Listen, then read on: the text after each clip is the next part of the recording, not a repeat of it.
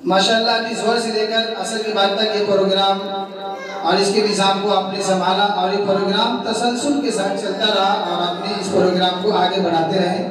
बड़ी खुशी हुई और ये हमारे लिए फ़ख्र की बात है कि मैं सिर्फ यहाँ नासिर बनकर नहीं और मुकर्रिर बनकर नहीं बल्कि मुम्तहिन की हैसियत से भी आपके सामने आया था एक हफ्ता पहले। आप जानते भी होंगे, इस चेहरा को पहचानते भी होंगे। मुझे बड़ी खुशी हुई कि आप लोगों ने बड़े अच्छे अंदाज में और क़वाइद के साथ और बड़े अच्छे अंदाज से सवाल के जवाब दिए और आप लोगों का रिजल्ट भी आपने देखा होगा कि बड़े अच्छे रिजल्ट भी आपके सामने आए। तो ये हमें और मैं इसके लिए सबसे मुबारकबाद देता हूँ सदर मोहतरम हज़रत मौलाना कारी उबैदुल्लाह साहब जो हमारे मकतब के सदर हैं कारी उबैदुल्लाह साहब, मैं उनका शुक्रगुज़ार हूँ, काबिल मुबारकबाद है। अल्लाह उनको जज़ाए खैर दे। उनके साथ साथ जो हमारे मकतब इक़रा मकतब के जो असातिज़ा हैं उनमें सभी का शुक्रगुज़ार हूँ और सभी काबिल मुबारकबाद हैं कि जिन्होंने आपको दिन रात आपको पढ़ाते हैं, आपकी मेहनत करते हैं, अपने वक्त को अपने कीमती वक्त को आपके लिए खर्च कर रहे हैं, सर्व कर रहे हैं और आपको सींचने संवारने में अपना वक्त दे रहे हैं और चाहते हैं कि आप कुछ बने वक्त आप मुल्क के लिए कुछ काम करें, वक्त में कुछ अपना बनकर दिखाएं। अभी मिसाल के तौर पर देख लीजिए आपके उस्ताद हज़रत मौलाना कारी एहतशाम साहब, मास्टर साहब, मैं हूँ या और भी हैं हमारे डॉक्टर साहब हैं, मौलाना जसीम साहब, मुंसिफ साहब, ये अपने वक्त के कुछ बन के दिखाए कि नहीं? ये कहाँ से बने? ये स्कूल कॉलेज यही मदरसा यही मकतब इसी में मेहनत करके बने। ऐसा नहीं समझे कि ये चांद पर जाके बन गए, आसमान पे नहीं, जमीन पर। तो कैसे बनेंगे आप? मेहनत करेंगे तब। अभी जो बच्ची पोजीशन लाई है, जो अच्छे नंबर लाए, बताओ वो सौ के बन गए? सोने से वो बच्ची पोजीशन नहीं आए? नहीं, शायद कहता है कि मुसलसल काविशों से बना करती है तकदीर। क्या बोले? मुसलसल काविशों से बना करती है तकदीरें, जो थक कर बैठ जाते हैं उसे मंजिल नहीं मिलती। आप समझे इसका मतलब? कि जो इंसान मेहनत करता है तो अगर उसकी किस्मत कभी नहीं होगा तो तकदीर को बदल देगा। मेहनत करके उस चीज को पा लेगा, हासिल कर लेगा, लेकिन जो थक कर बैठ जाएगा उसे कभी कामयाब नहीं हो सकता, कभी सक्सेसफुल नहीं हो सकता, कभी मंजिल नहीं मिल सकती। अभी देखिए हमारे सामने एक बल्ब जल रहा है, अभी लाइट कट गई थी, अंधेरा हो गया था, है ना? आंख बंद डब्बा खाए बड़ा मसला हो गया था। लेकिन ये बल्ब को बनाने वाला कौन था? साइंटिस्ट। और उनकी हिस्ट्री जानते हैं। मैं मुख्तसर बात कर रहा हूँ, वक्त नहीं है, कि वो पढ़ने में बहुत कमजोर थे। तो क्या मतलब थक कर बैठ गए? नहीं, इतने कमजोर थे कि उनका असातिज़ा मेरे प्रिंसिपल उनके स्कूल के, उन्होंने उनकी वालिदा उनकी अम्मी को पर्ची, मदर को पर्ची लिख के दिया कि बच्चे का आप नाम कटवा के लेके चले जाइए, बच्चे नहीं पढ़ेंगे, बहुत ज़हन के कमजोर है। लेकिन ये जो बल्ब बनाने वाला जो साइंस था उसके अंदर एक ये खूसूसियत थी कि वो मेहनत बहुत करता था। ज़हन से कमजोर था लेकिन मेहनत से कमजोर नहीं था, मेहनत से वो चोर नहीं था, मेहनत में वो सुस्ती नहीं करता था हमारे आपकी तरह, वो मेहनत दिन रात करता था। उसकी अम्मी को पर्ची आया, वो देखिए उसकी अम्मी ने कि बच्ची का नाम कटवा लीजिए नहीं तो बच्चे पढ़ने में कमजोर। उन्होंने देखो उसकी अम्मी चाहती अगर बता देते बच्चे को तो बच्चा रो देता है कि नहीं, उसका दिल खुश जाता। उन्होंने ऐसी पर्ची को समेट के रख दिया, वो बच्चा पढ़ते रहा और वक्त का इतना बड़ा साइंटिस्ट बन गया कि उन्होंने बहुत सारी चीज को बनाया। उसमें से एक बल्ब है, बल्ब यहाँ चलने से मुझे याद आया उसके बाद तो उन्होंने एक बल्ब भी बनाया और जब उसको दुनिया इवार्ड से नवाजा तो बहुत खुश हुए। और जब जाहिर सी बात है जब आप पढ़ लिख लेंगे तो मुताला करेंगे। जब वो एक बार मुताला कर रहे थे उन्होंने किताब में एक पर्ची पाया, उस पर्ची को देखा कि क्या है, बहुत पुरानी लग रही थी। तो उसमें लिखा हुआ था उनके पेरेंट्स जो उसकी माँ उसकी अम्मी को चिट्ठी भेजा था खत कि अपने बच्चे का नाम कटवा लीजिए, ये बच्चे पढ़ने में बहुत कमजोर है।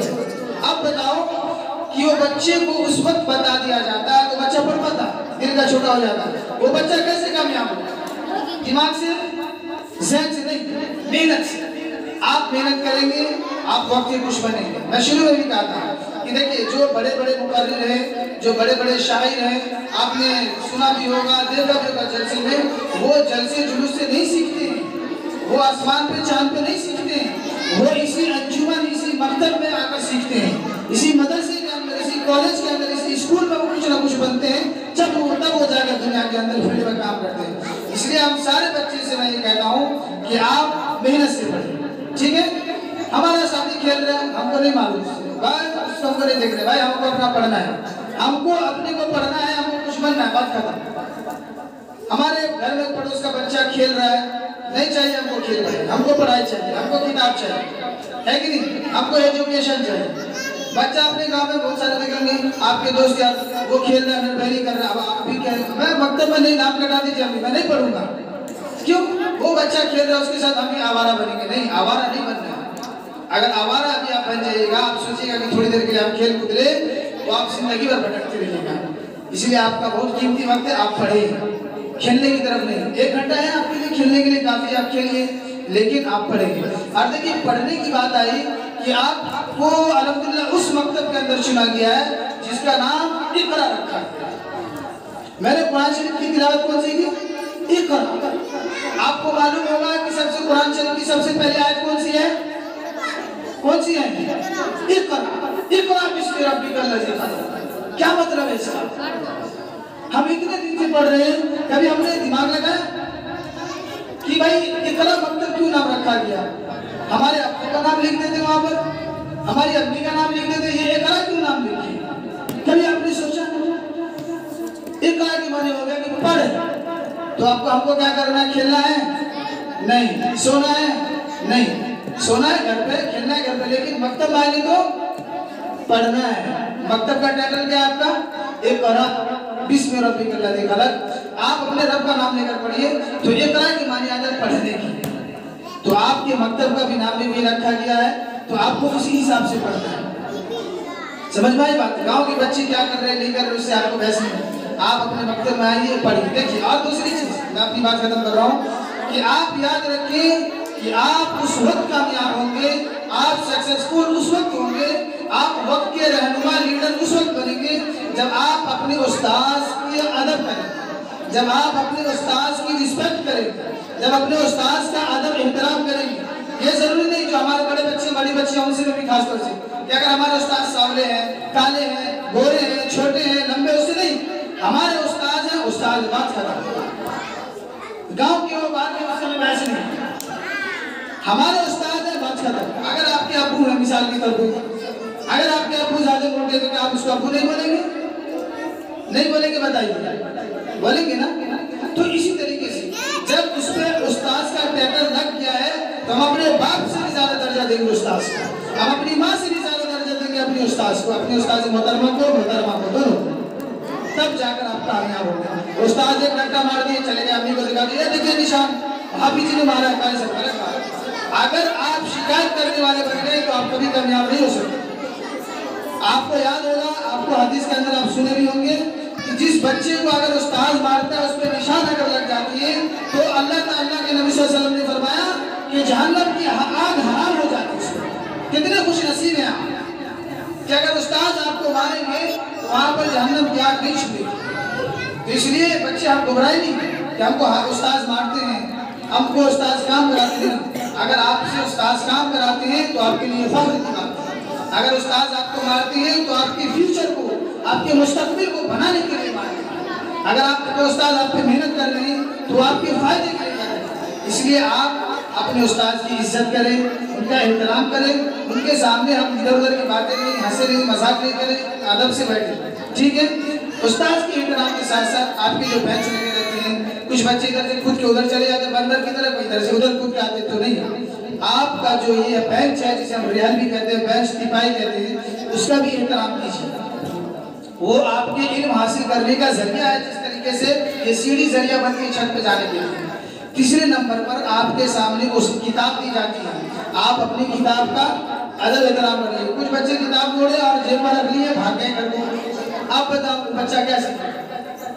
कुछ बच्चा है बैठ के नीचे किताब को रख दिए, कुछ बच्चे हैं पिशब खाने की दीवार पर या कोई दुकान पर रख के चले गए। मैं भी उस्ताद हूँ इसलिए मैं ये चीज़ बता रहा हूँ। तो आप जिस किताब से इल्म हासिल कर रहे हैं उसकी अगर इज्जत एहतराम करेंगे तब ना आपको इल्म मिलेगा, ठीक है।